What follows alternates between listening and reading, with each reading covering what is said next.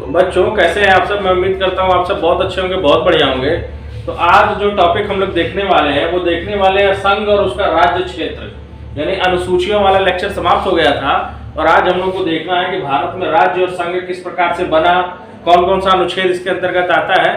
तो आज ये सारा इस वीडियो इस लेक्चर में देखेंगे। तो चैनल को स्टार्ट करने से पहले, वीडियो को स्टार्ट करने से पहले आप लोग तुरंत चैनल को सब्सक्राइब कर लीजिए ताकि ऐसे लेक्चर आपको मिलता है और आपकी तैयारी में मददगार साबित होता रहे। तो चलिए आज जो हम टॉपिक देखने वाले हैं वो देखने वाले हैं संघ और उसका राज्य क्षेत्र। ये बहुत इंपॉर्टेंट टॉपिक है क्योंकि इससे क्वेश्चन आता ही आता है और इस टॉपिक को समझना भी बहुत ज्यादा जरूरी है क्योंकि यहाँ से हमारे आर्टिकल की शुरुआत होती है। तो चलिए देखते हैं, स्टार्ट करते हैं। तो सबसे पहले है कि भारत राज्यों का एक संघ है, ठीक है ना। भारत क्या है? राज्यों का एक संघ है जिसमें 28 राज्य और वर्तमान में 9 केंद्र शासित प्रदेश हैं, ठीक है ना। वर्तमान में 9 से केंद्र शासित प्रदेश हो गए हैं और 28 राज्य हैं इसमें, ठीक है। चलिए अब इसमें नेक्स्ट देखते हैं आर्टिकल 1 यानी अनुच्छेद 1 क्या कहता है। अनुच्छेद ये कहता है कि भारत अर्थात इंडिया राज्यों का संघ होगा, ठीक है ना। क्या होगा? राज्यों का संघ होगा और राज्य और उनके राज्य क्षेत्र वे होंगे जो पहली अनुसूची में दिए गए हैं, ठीक है ना। जो पहली अनुसूची वाला शेड्यूल वाला हमें लेक्चर दिए थे वो राज्य और उसके संघ क्षेत्र क्या होंगे? पहली अनुसूची में जो दिए गए होंगे।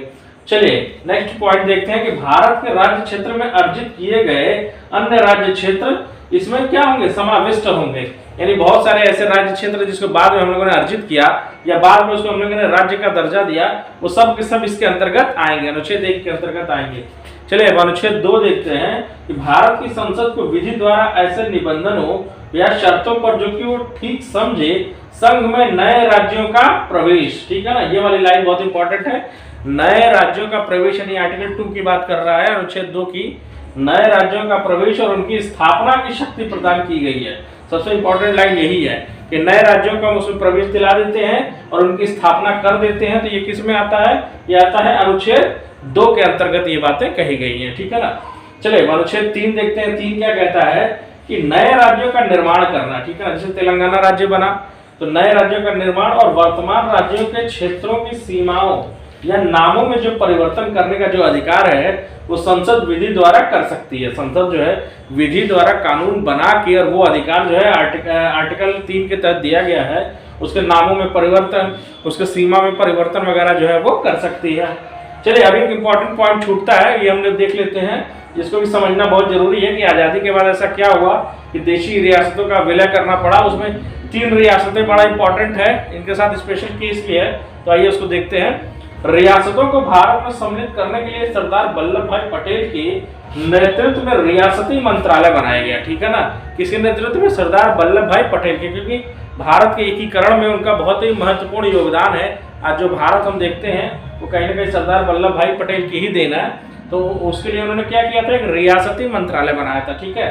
अब इसमें नेक्स्ट पॉइंट देखते हैं। वो जो 3 राज्य थे वो कौन कौन से थे जिनके साथ इंपॉर्टेंट केस हुआ। तो पहला था जूनागढ़ रियासत, ठीक है ना। ये जूनागढ़ रियासत जो है गुजरात में था, इसको जनमत संग्रह के आधार पर, ठीक है, जूनागढ़ को जनमत संग्रह के आधार पर। उसके बाद दूसरा बचता है हैदराबाद। हैदराबाद को पुलिस कार्यवाही के माध्यम से, ठीक है। और सबसे इंपॉर्टेंट जम्मू एंड कश्मीर को, जम्मू एंड कश्मीर रियासत को विलय पत्र पर हस्ताक्षर करके भारत में इसको मिलाया गया था। ध्यान दीजिएगा, जूनागढ़ को जनमत संग्रह के आधार पर, हैदराबाद को पुलिस कार्रवाई के आधार पर और जम्मू कश्मीर को विलय पत्र पर राजा हरि सिंह के द्वारा साइन करा के इसको भारत में क्या किया गया था? मिलाया गया था। और ये तीनों आज ही भारत का एक अभिन्न अंग है, आपको पता ही है। चलिए अब एक पॉइंट और देखते हैं कि राज्यों का पुनर्गठन। राज्यों का पुनर्गठन किस आधार पर किया गया था? क्या क्या क्लॉज थे, क्या क्या नियम थे, ठीक है ना। तो भाषा के आधार पर राज्यों का पुनर्गठन उचित है या नहीं है, इसकी जांच के लिए संविधान सभा के अध्यक्ष डॉक्टर राजेंद्र प्रसाद ने इलाहाबाद उच्च न्यायालय के अवकाश प्राप्त न्यायाधीश एसके धर की अध्यक्षता में एक 4 सदस्यीय आयोग की नियुक्ति की थी, ठीक है ना। एसके धर की अध्यक्षता में एक 4 सदस्यीय अध्यक्ष की नियुक्ति की थी जो ये जांच करेगा कि भाषा के आधार पर राज्यों का बनाया जाए कि न बनाया जाए, ठीक है ना।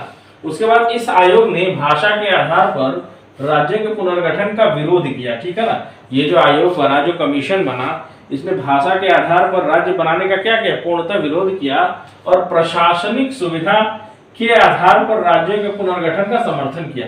इन्होंने बोला कि प्रशासनिक इकाई के आधार पर राज्यों का पुनर्गठन होना चाहिए, न कि भाषा के आधार पर होना चाहिए। ये एसके धर कमेटी की रिपोर्ट थी, ठीक है ना। तो बच्चों आज यहीं तक रहने देते हैं, इसके बाद इसका सेकंड पार्ट आएगा तो पूरा का पूरा लेक्चर हम समाप्त कर देंगे। तो जाने से पहले चैनल को सब्सक्राइब कर लीजिए, वीडियो को लाइक करिए, चैनल को शेयर करिए, ज्यादा से ज्यादा इसके साथ जुड़िए, चैनल को सपोर्ट करिए। तो वीडियो देखने के लिए बहुत बहुत धन्यवाद। इसी के साथ नमस्कार।